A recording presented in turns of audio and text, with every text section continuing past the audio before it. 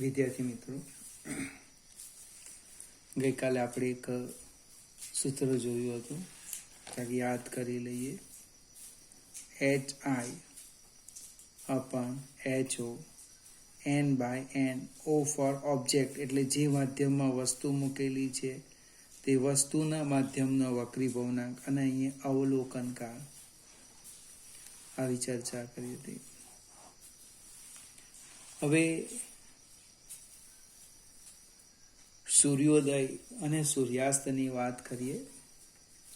સૂર્યોદયના સમય કરતાં સૂર્ય થોડો વહેલો દેખાય અને સૂર્યાસ્ત પછી પણ થોડા સમય સુધી સૂર્ય દેખાય છે. એનું કારણ શું છે એ સમજવા પ્રયત્ન કરીએ. હવે અહીં મેં આકૃતિ દોરેલી છે, એ પહેલાં થોડોક મુદ્દો સમજાવું. જો માધ્યમનો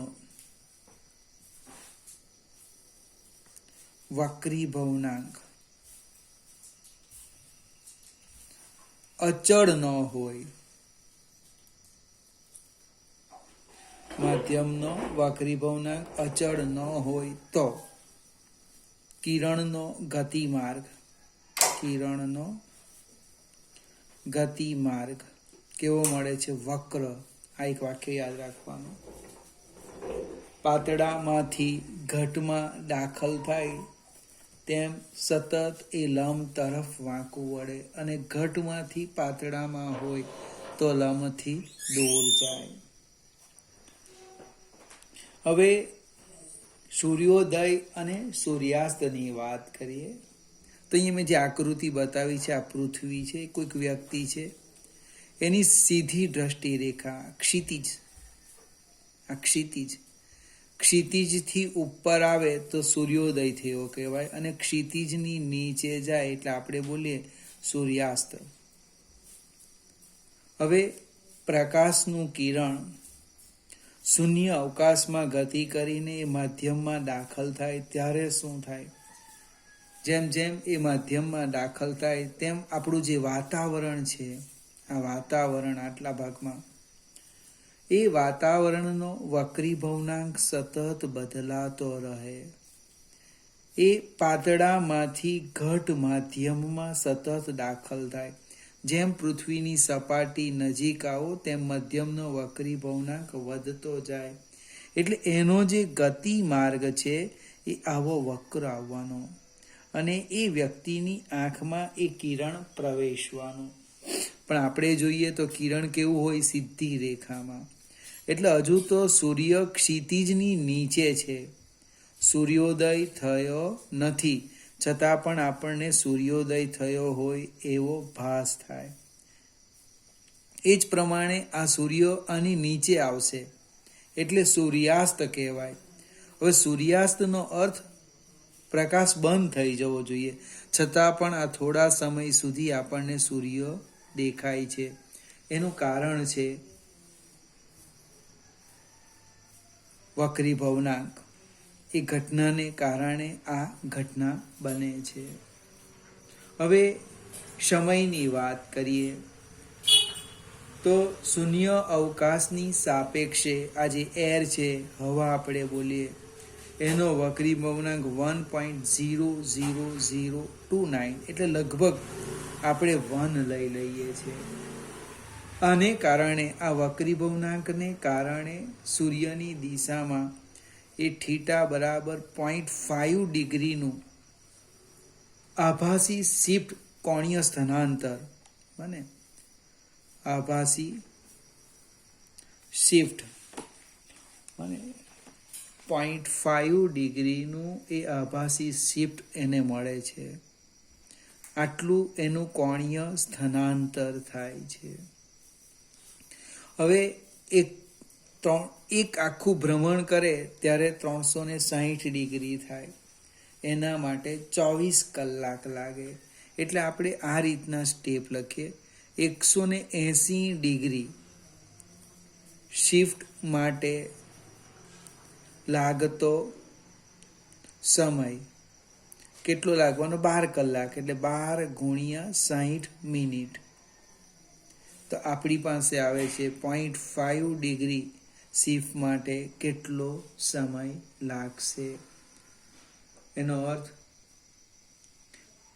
t બરાબર 0.5 ગુણ્યા 12 ગુણ્યા 60 ભાગ્યા 180 સાદું રૂપ આપીએ એટલે 2 મિનિટ મળે છે.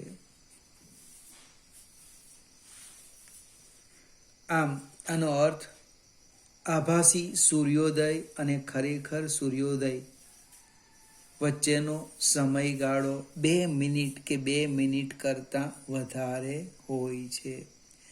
એટલે સૂર્યોદય થયો આપણને એમ ખરેખર લાગે, એટલે આપણે આંખમાં સૂર્યનું કિરણ પ્રવેશે એ 2 મિનિટ પછી સૂર્યોદય થાય અને સૂર્યાસ્ત 2 મિનિટ મોડો થાય છે. એની આ ગણતરી ચોપડીને આધારે મેં તમને સમજાવી.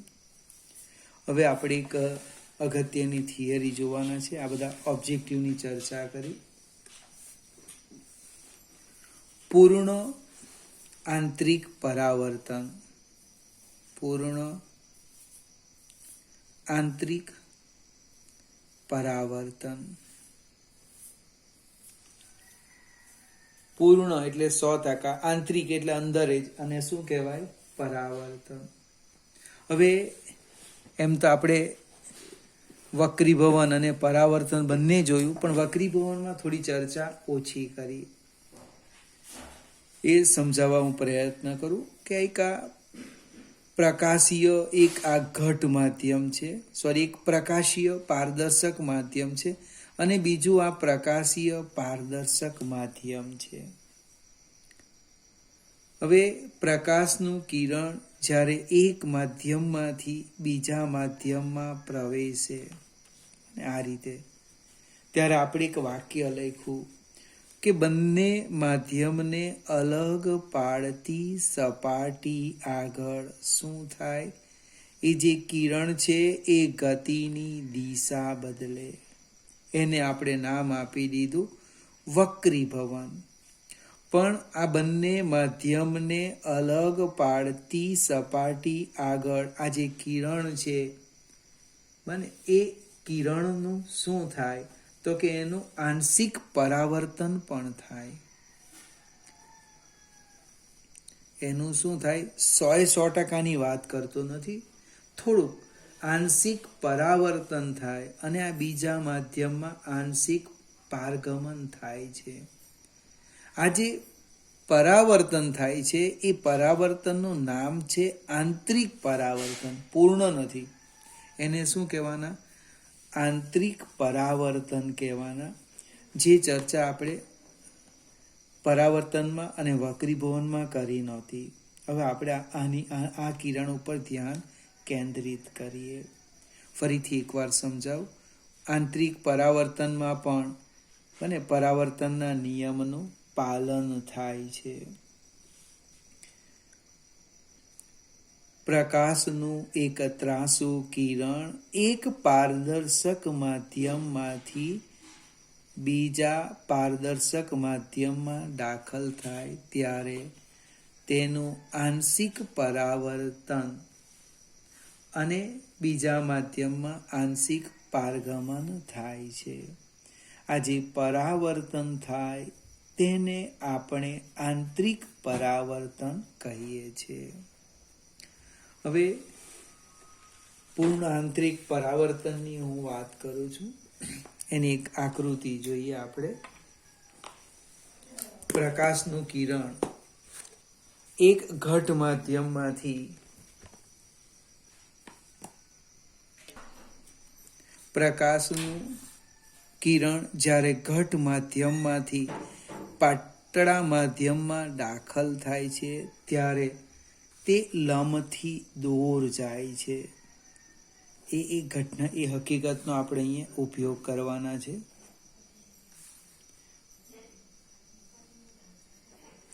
આપણે એક ઘટ માધ્યમ લઈ લઈએ. માત્ર ફિગર સમજો. આ જે માધ્યમ છે એ કેવું છે? ઘટ માધ્યમ. કોની સાપેક્ષે? આ પાતળા માધ્યમની સાપેક્ષે. આપણે કોઈક બિંદુવત વસ્તુ અહીંયા લઈ લઈએ ઓ, અને એક બિંદુવત વસ્તુ ઓ લઈ લઈએ. હવે એમાંથી આપણે જુદા જુદા કિરણો લઈએ. એક પહેલું કિરણ લેમ ઓ એ. ઓ એ કિરણ છે. એ કિરણ બંને માધ્યમને અલગ પાડતી સપાટી પર લંબ રૂપે આપાત થાય. એટલે શું થાય છે? એનું વક્રીભવન અનુભવ્યા સિવાય સીધું જ એ આગળ જાય છે. બીજા કિરણો લઈએ આ રીતના. જો એક ઓ A1, બીજું લેમ ઓ A2, ત્રીજું લઈએ ઓ A3.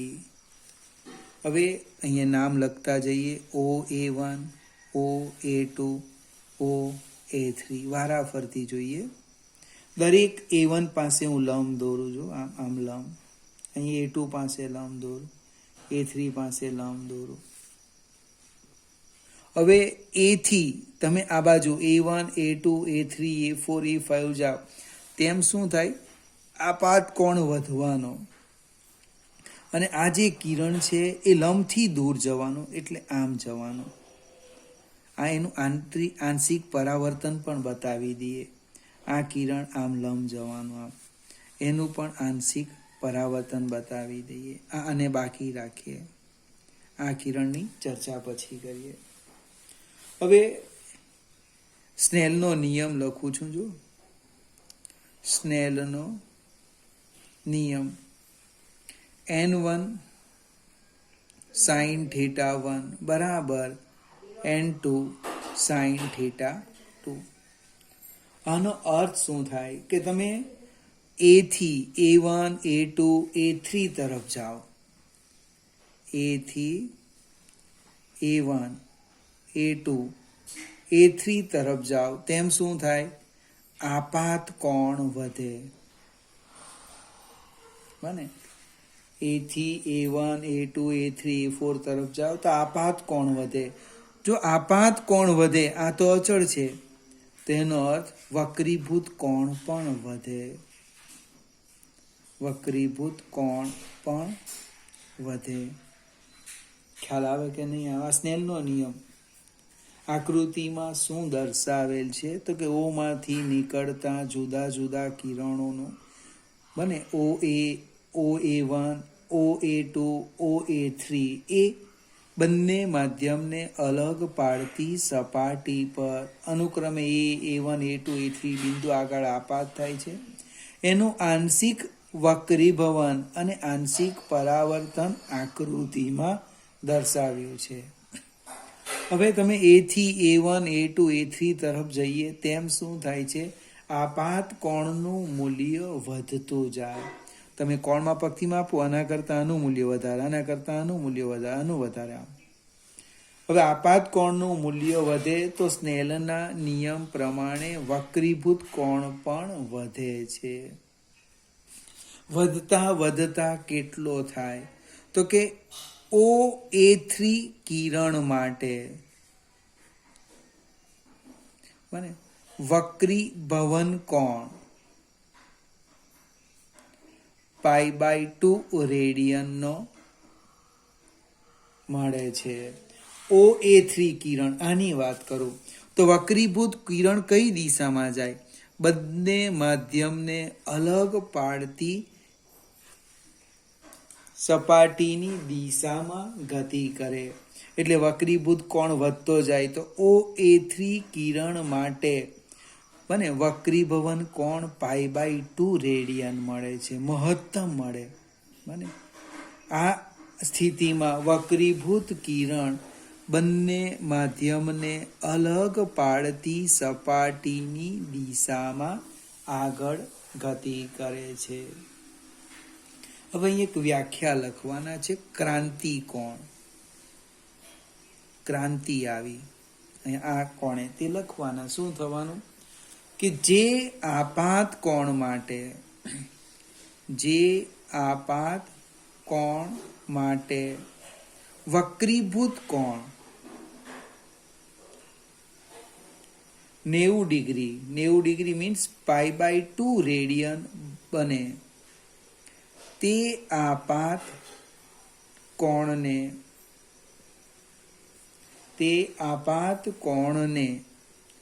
તે ઘટ માધ્યમનો પાતળા માધ્યમની સાપેક્ષે ક્રાંતિકોણ ક્રિટિકલ એંગલ સી કહે છે. ફરીથી એકને એક વાત સમજાવું. OA3 કિરણ માટે વક્રીભૂત કિરણ બંને માધ્યમને અલગ પાડતી સપાટીની દિશામાં ગતિ કરે. એટલે કે વક્રીભૂત કોણ કેટલો મહિનો મહત્તમ π/2 રેડિયનનો. જે આપાત કોણ માટે વક્રીભૂત કોણ 90 ડિગ્રી એટલે કે π/2 રેડિયનનો બને તે આપાત કોણને તે ઘટ માધ્યમનો પાતળા માધ્યમની સાપેક્ષે ક્રાંતિકોણ કહે છે. સેજ આપણે આગળ જઈએ. ધારો કે આને હું 1 કેમ આને 2 કેમ બને તો સ્નેલનો નિયમ લખીએ. જો સ્નેલનો નિયમ મને A3 માટે લખું છું. A3 બિંદુ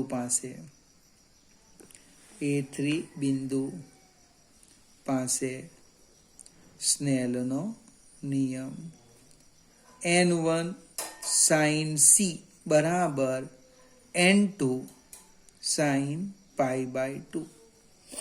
N1 sin C θ1 બરાબર C લીધું. જો θ1 બરાબર C લખું તો θ2 પરફેક્ટ લખી દેવાનું π/2 રેડિયન. sin π/2 1 થાય એટલે sin C શું થવાનું? sin C આમ લખાય sin C બરાબર N2/N1. ધારો કે પાતળું માધ્યમ હવા હોય N2 બરાબર 1 લેવ તો N1 બરાબર શું થવાનું? N. એટલે કે sin C બરાબર 1/N.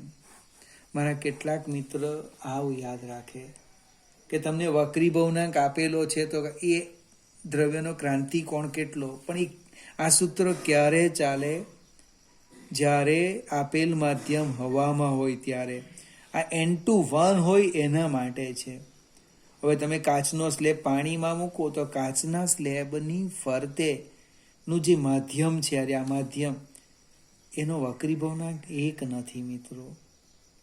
એટલે તમારે તો યાદ રાખવાનું sin C is equal to આ પાતળું માધ્યમ ને આ ઘટ માધ્યમ. બને આ લખી દઉં પાતળું, આ લખો ઘટ. અને ધારો કે ભૂલી પણ જાય તો હું સમજાવું કે અંશ નાનો હોવો જોઈએ, છેદ મોટો હોવો જોઈએ. જો અંશ મોટો થાય તો sin C ની કિંમત 1 કરતાં વધી ગઈ, જે શક્ય નથી. તમે આટલું પણ વિચારો ને તો તકલીફ પડશે નહીં. ચાલો સેજ આપણે આગળ જઈએ. હવે આજે ક્રાંતિકોણે જે કિરણ પરાવર્તિત થાય છે એ પરાવર્તિત કિરણને ક્રાંતિ કિરણ કહે છે. સેજ આપણે આગળ જઈએ. હવે આપાત કોણનું મૂલ્ય એક નવું કિરણ લઈએ OA4. જો તમે આ લંબ દોરી દેમ છો અહીંયા. હવે આપાત કોણનું મૂલ્ય, આજે આપાત કોણ એ ક્રાંતિ કોણ કરતાં વધી ગયું તો આજે પરાવર્તિત કિરણ છે એનું પૂર્ણ આંતરિક પરાવર્તન થવાનું.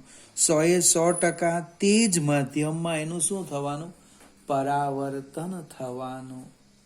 આ ઘટનાને, આ હકીકતને પૂર્ણ આંતરિક પરાવર્તન કહે છે.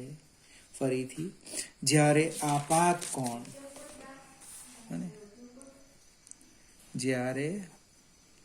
આપાત કોણ incident i is greater than c હોય ત્યારે આપાત કિરણનું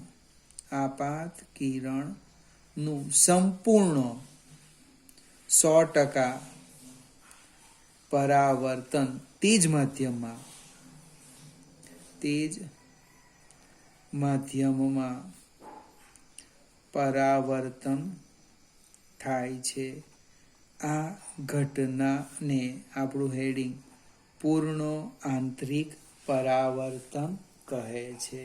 ફરીથી, જ્યારે આપાત કોણ એ ક્રાંતિ કોણ કરતાં મોટો હોય ત્યારે આપાત કિરણનું સંપૂર્ણ 100% તે જ માધ્યમમાં પરાવર્તન થાય.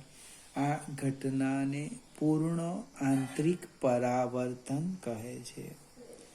હવે પૂર્ણ આંતરિક પરાવર્તનની શરત આપણે નોંધ લખવાની છે, થિયરીમાં નહીં. એક, કિરણ ક્યાંથી ક્યાં જવું જોઈએ?